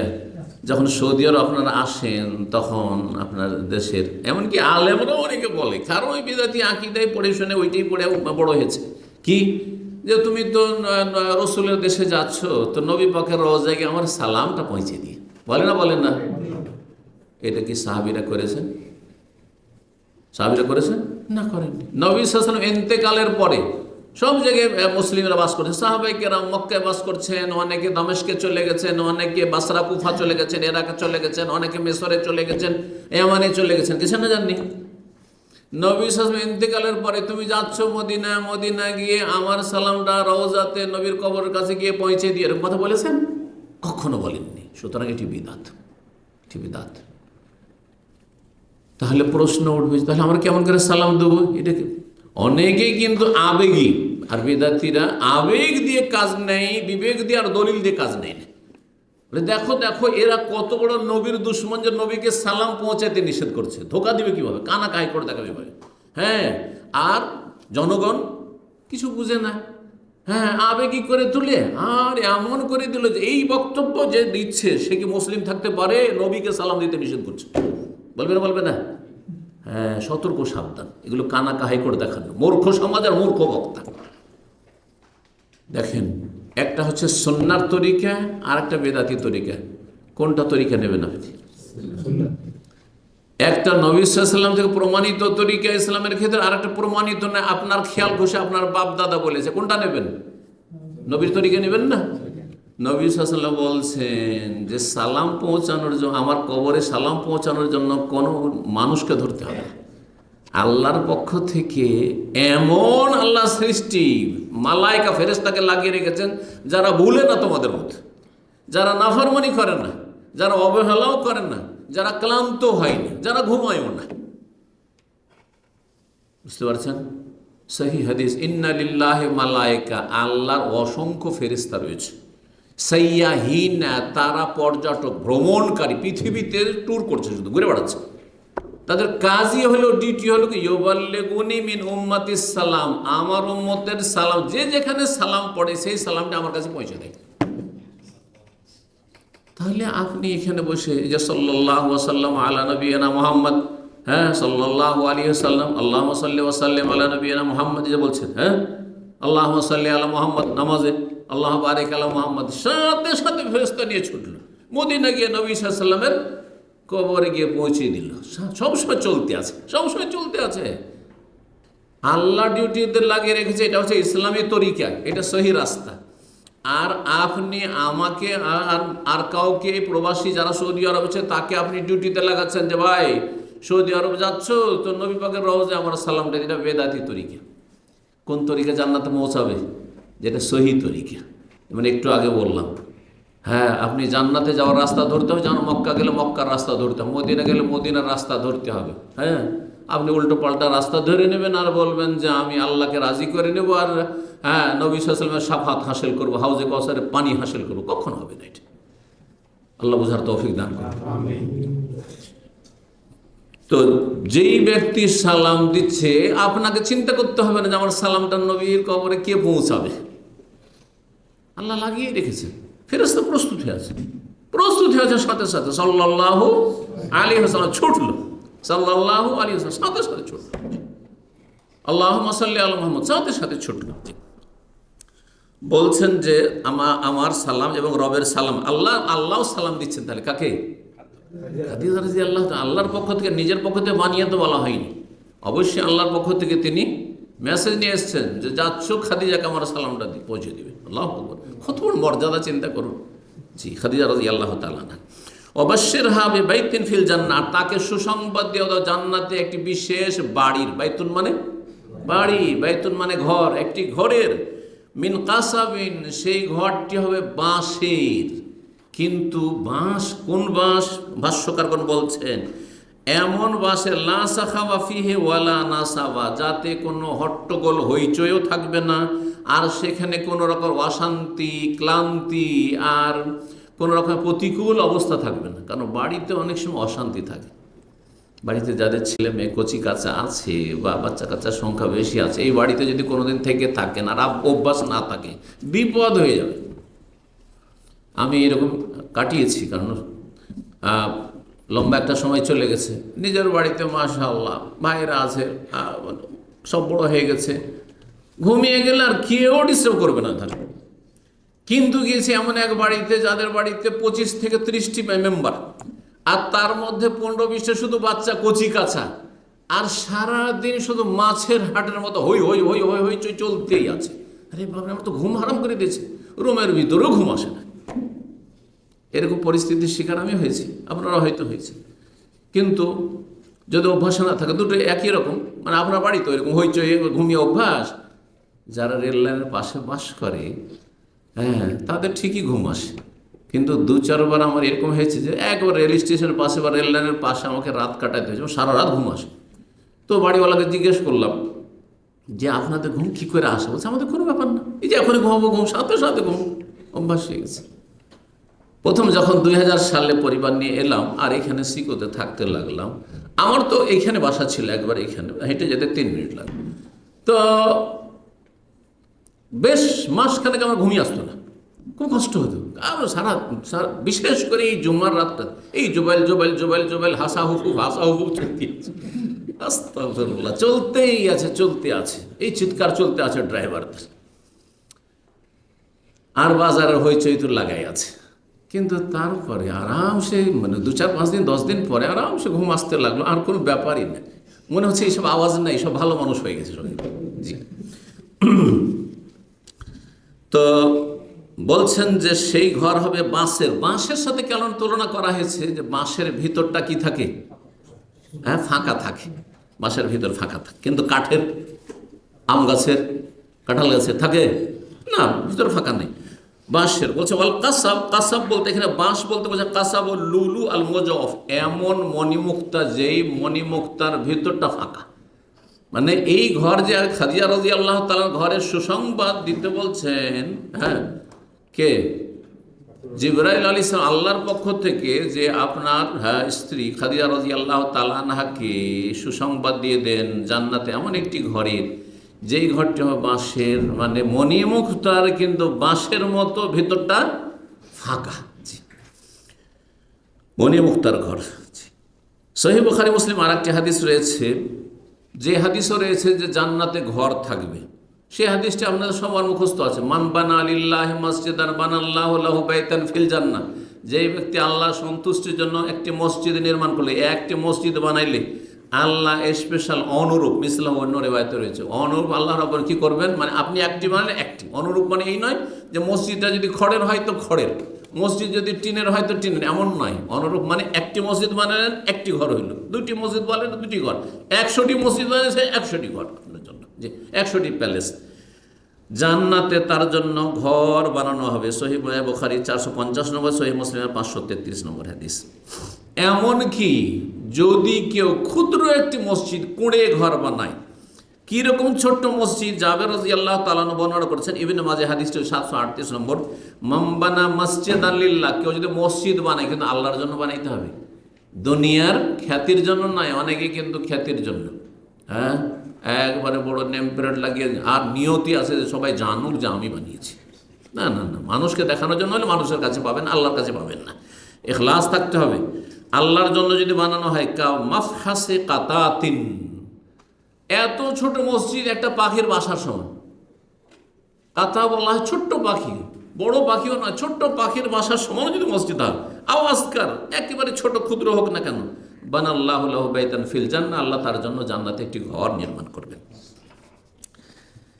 আর একটি হাদিস শোনাই এই ঘরের ক্ষেত্রে। আবু মুসা আশআরী রাদিয়াল্লাহু তাআলা বর্ণনা করেছেন, আন্না রাসূলুল্লাহ রাসূল বলেছেন, ইযা মাতা ওয়ালাদুল আবদি, কোনো মুসলিমের ছেলে মেয়ে যদি মারা যায়, বিশেষ করে নাবালক ছেলে মেয়ে, নাবালক আর সাবালক ছেলে মেয়ে মারা গেলে খুব কষ্ট লাগে। বাপ মা মারা যত মনে হয় অত কষ্ট হয় না মানুষকে, যত ছেলে মেয়ের এতেকালে মানুষের কষ্ট হয়। তো যখন কোনো বান্দা, মুমিন বান্দার ছেলে মেয়ে মারা যায়, কাল আল্লাহু লিমালাইকাতি, তখন আল্লাহ ফেরেশতাদেরকে বলেন, কাবাজতুম ওয়ালাদা আবদি, আমার এই ভালো বান্দা, নেক বান্দা, যে মুমিন বান্দা, তার সন্তানটাকে তোমরা নিয়ে নিয়েছো, কেড়ে নিয়েছো। ফায়াকুলুনা, তখন ফেরেশতারা বলেন, নাম আল্লাহ, তোমার তো হুকুম, তো তকদিরে তো লেখা আছে, আর ফাইসালা, আমাদের কাছে লিস্ট আছে যে আজকে এর রূহ কবজ করতে হবে। নাম ফায়াকুল, আল্লাহ বলবেন, কাবালতুম সামারাতা ফুয়াদেহি, তার কলিজার টুকরাকে তোমরা নিয়ে চলে এসেছো। আল্লাহু আকবার, কলিজার টুকরাকে নিয়ে চলে এসেছো। ফায়াকুলুনা, তখন বলবেন ফেরেশতারা, নাম, হে আল্লাহ, হ্যাঁ আমরা তো নিয়ে এসেছি তাকে। ফায়াকুল আল্লাহ মাযা কালা আবদি, তাহলে আমার বান্দা কি মন্তব্য করেছে, তার অবস্থা কি, সে কিছু বলছে? তখন ফেরেশতারা বলে, ফায়াকুল হামেদাকা ওয়াস্তারজা, আল্লাহ তোমার প্রশংসা করেছে, বলে আলহামদুলিল্লাহ আলা কুল্লি হাল। বালা মুসিবত যদি হয় কি বলবেন? আলহামদুলিল্লাহ আলা কুল্লি হাল, সর্ব অবস্থায় আল্লাহর প্রশংসা। কিছু দিয়েছেন তো আল্লাহ অনেক কিছু দিয়েছেন, কিছু নিয়েছেন তো আল্লাহ অনেক কিছু দিয়েছেন। এই নয় যে আল্লাহ সবই নিয়েছেন, এটা হয় না। কোনো এক জায়গায় কোনো কিছু ছুটলে আরেক জায়গায় আল্লাহ ব্যবস্থা করে দিচ্ছেন, একটা কিছু গেলে আরও কিছু আছে যেটা অন্যের কাছে নেই হয়তো। এটা হলো দুনিয়া। তো সে আল্লাহর প্রশংসা করেছে, আর কি করেছে? ওয়াস্তার যার ইন্না লিল্লাহি ওয়া ইন্না ইলাইহি রাজিউন পড়েছে। তাহলে দুটোই পড়া সুন্নাত। এই হাদিস প্রমাণ করে আলহামদুলিল্লাহ বলাও সুন্নাত, আর ইন্না লিল্লাহি ওয়া ইন্না ইলাইহি রাজিউন পড়া সুন্নাত। কিন্তু এটি দোয়া নয়, এটি হচ্ছে যার ওপর বিপদ এসেছে, যে ব্যক্তি ভুক্তভোগী, আপনার যদি সেটা বিপদ হয় তাহলে ইন্না লিল্লাহি ওয়া ইন্না রাজিউন। কিন্তু আমাদের দেশে অনেকেই কিন্তু সাধারণ মানুষরা, এমনকি কিছু মাদ্রাসা পড়া ভুল বুঝে, কারো মারার খবর বলেন ইন্না লিল্লাহি ওয়া ইন্না ইলাইহি রাজিউন, তার অন্তরে ব্যথা হোক আর না হোক, মরার খবর পেলে কি বলবে? ইন্না লিল্লাহি ওয়া ইন্না ইলাইহি রাজিউন। আর তারপরে একটিও দোয়া করলো না। ইন্না লিল্লাহ বলেন আপনি, কারো মৃত্যুর খবর শুনলে ইন্না লিল্লাহ, মুসলিম মারা গেছে, ইন্না লিল্লাহি ওয়া ইন্না ইলাইহি রাজিউন পড়েন, কিন্তু এটি দোয়া নয়। এটাকে দোয়া মনে করে আর কোনো দোয়া বলেন না। আল্লাহ তাকে মাফ করুন, হ্যাঁ, আল্লাহ তাকে জান্নাতবাসী করুন, আল্লাহ তার কবরের জীবনকে সুখী করুন, আল্লাহ আপনাদেরকে ধৈর্য ধারণের তৌফিক দান করুন, এগুলো হচ্ছে দোয়া। আরবিতে বলেন আর বাংলায় বলেন রাহিমাহুল্লাহ, কমপক্ষে রাহিমাহুল্লাহ, গাফার আল্লাহু লাহু, আদখালাহুল্লাহ জান্নাহ, আল্লাহ যাকে জান্নাত দিক, এগুলো বলবেন। কিন্তু আজকাল দেখবেন সোশ্যাল মিডিয়াতে অথবা বিভিন্ন যে গ্রুপে খবরগুলি আসে, অমুক মারা গেছেন, ইন্না লিল্লাহি ওয়া ইন্না ইলাইহি রাজিউন। আরে দোয়া করলে না, যে তোমার একজন মুসলিম ভাই বোন মারা গেছে, তুমি দোয়া করো, আল্লাহ তোমার রহম করুক, না খাতা মাফ করে, ইত্যাদি। জি, সে আল্লাহ তোমার প্রশংসা করেছে আর ইন্না লিল্লাহ পড়েছে। ফায়াকুলুল্লাহ, তখন আল্লাহ বলেন, ইবনু লি আবদি বাইতান ফিল জান্নাহ, সে যখন ধৈর্য ধারণ করেছে আর আমার শুকরিয়া আদায় করেছে, অথচ তার ছেলে মেয়ে আমি নিয়ে নিয়েছি, কেড়ে নিয়েছি, আর সেই ব্যক্তি যখন ইন্না লিল্লাহ পড়েছে, যে আমরা সবাই আল্লাহর, আর আল্লাহর জিনিস আল্লাহ নিয়ে নিয়েছে, এটা হচ্ছে ইন্না লিল্লাহি ওয়া ইন্না ইলাইহি রাজিউন অর্থ।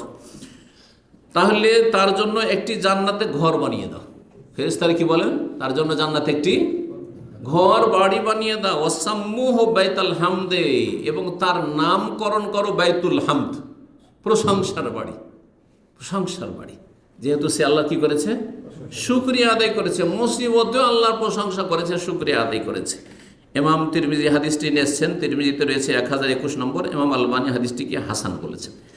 সর্বশেষ যে বিষয়টি সেটা হচ্ছে জান্নাতের খিমার কথা। খিমা মানে তাবু, টেন্ট। জান্নাতে খিমাও থাকবে। তো খিমার কথা শোনেন। এই মর্মে আবু মুসা আশআরী রাদিয়াল্লাহু তাআলা আনহু বর্ণিত, নবী সাল্লাল্লাহু আলাইহি সাল্লাম বলেন, ইন্নাল লিল মুমিনি ফিল জান্নাতি লা খাইমাতান, জান্নাতে মুমিন মুসলিমদের জন্য তাবু থাকবে। কিন্তু কিসের তাবু? এইরকম আজকালকার কাপড়ের তাবু না, বলছেন মিন লুলুআতিন, মণিমুক্তার, লুলু মণিমুক্তার তাবু হবে। ওয়াহিদাতিন মিন লুলুআতিন ওয়াহিদাতিন, হ্যাঁ, এই নয় যে জোড়া তালি দেওয়া, হ্যাঁ, একটি যেন কোনো জায়গায় জোড়া তালি কিছু নেই। মোজাউওয়াফাতিন, আর ভিতরটা ফাঁকা। কারণ স্বর্ণ, চাঁদি বা মণিমুক্তা এগুলো তো ভিতর তার ফাঁকা থাকে না। তো ভাবতে পারে যে মণিমুক্তা আবার এটা খিমা কি করে, ভিতরে কি করে ফাঁকা থাকবে? তাই বলছেন নবী সাল্লাল্লাহু আলাইহি ওয়াসাল্লাম, মোজাওয়াফাতিন, স্যার ভিতরটা শূন্য থাকবে, খালি থাকবে, ফাঁকা থাকবে। তুলু হাসিতুনা মিলান, আর এই দুনিয়ার খিমা তামর মতো নয়, 10টা লোক বসে আর জায়গা হয়নি। হ্যাঁ, খিমার ভিতরে 10 জন হইলে আর জায়গা হচ্ছে না। অথবা খুব বড় যদি খিমা হয়, মেনার মতো, আরাফার মতো, তো 50 জন 100 জন হলে কি কি অবস্থা হতে পারে? হইচই শুরু হয়ে গেছে। বলছেন যে এই খিমা, জান্নাতের খিমা তাবু হবে 60 মাইলের, 60 মাইল তার আয়তন হবে। লিল মুমিনি ফিহা আহলুন, মুমিন মুসলিমদের তাতে পরিবার থাকবে, নিজের পরিবার, দুনিয়ার যে পরিবার জান্নাতি হইলে, আর হুরাইন পরিবার থাকবে। ইয়াতুফু আলাইহিমুল মুমিন, তাদের এক একজনের কাছে ঘোরাঘুরি করবে, যাবে, দেখা সাক্ষাৎ করবে, মিলিত হবে। ফালা ইয়ারা বাদহুম বাদান, কেউ কাউকে দেখতে পাবে না, কেউ কাউকে দেখতে পাবে না। কারণ একজন আরেকজনকে দেখলে তো সেখানে ঈর্ষা হবে, কষ্ট হবে। যে এক স্ত্রীর সামনে আর এক স্ত্রীর সাথে যদি বিনোদন করে তো স্বাভাবিক, এটা কোনো রকম করে সতীনটাই তো মানতে চাই না। আর বাঙালি মহিলা হলে তো বলতেই হয়। আমাদের একজন দায়ী রাহিমাহুল্লাহ তাআলা দুনিয়াতে চলে গেছেন, তার 2 স্ত্রী ছিল।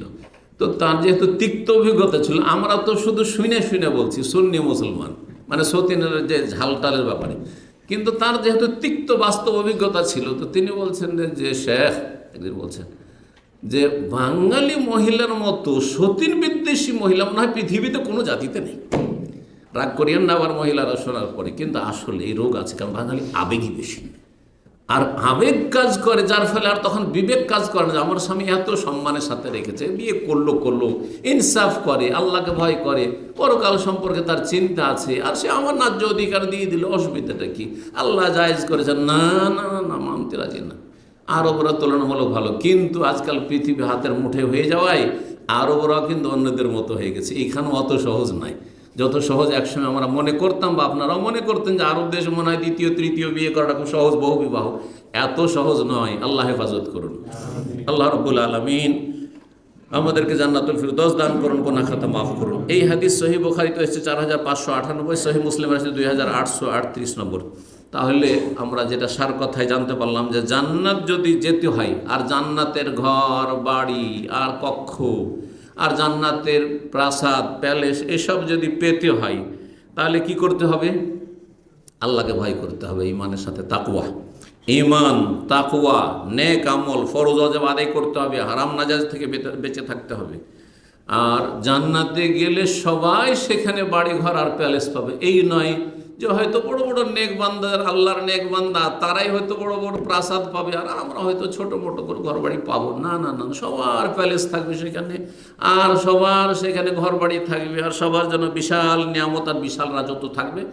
যেমন প্রথম যে হাদিসটি বয়ান করলাম, সর্বনিম্ন স্তরের জান্নাতি, সর্বশেষ যে জাহান্নাম থেকে জ্বলে জ্বলে জাহান্নাম থেকে বের করা হলো, তাকে আর জান্নাতে দেওয়া হলো, সেই ব্যক্তি দুনিয়া, পৃথিবী এবং পৃথিবীর 10 গুণ পরিমাণ বিশাল রাজত্ব পাবে জান্নাতে। সুতরাং প্রত্যেকের সেখানে এই সমস্ত নিয়ামত হবে যেগুলো নিয়ে আজকে আলোচনা হলো। আল্লাহ রাব্বুল আলামিন আমাদেরকে জান্নাতুল ফিরদৌস দান করেন, গুনাহ খাতা মাফ করেন, এবং নেকির কাজে অগ্রগামী হওয়ার তৌফিক দান করেন, তাকওয়া অর্জনের তৌফিক দান করেন। ওয়া সাল্লাল্লাহু আলা নবিয়িনা মুহাম্মদ ওয়া আলা আলিহি ওয়া সাহবিহি আজমাইন।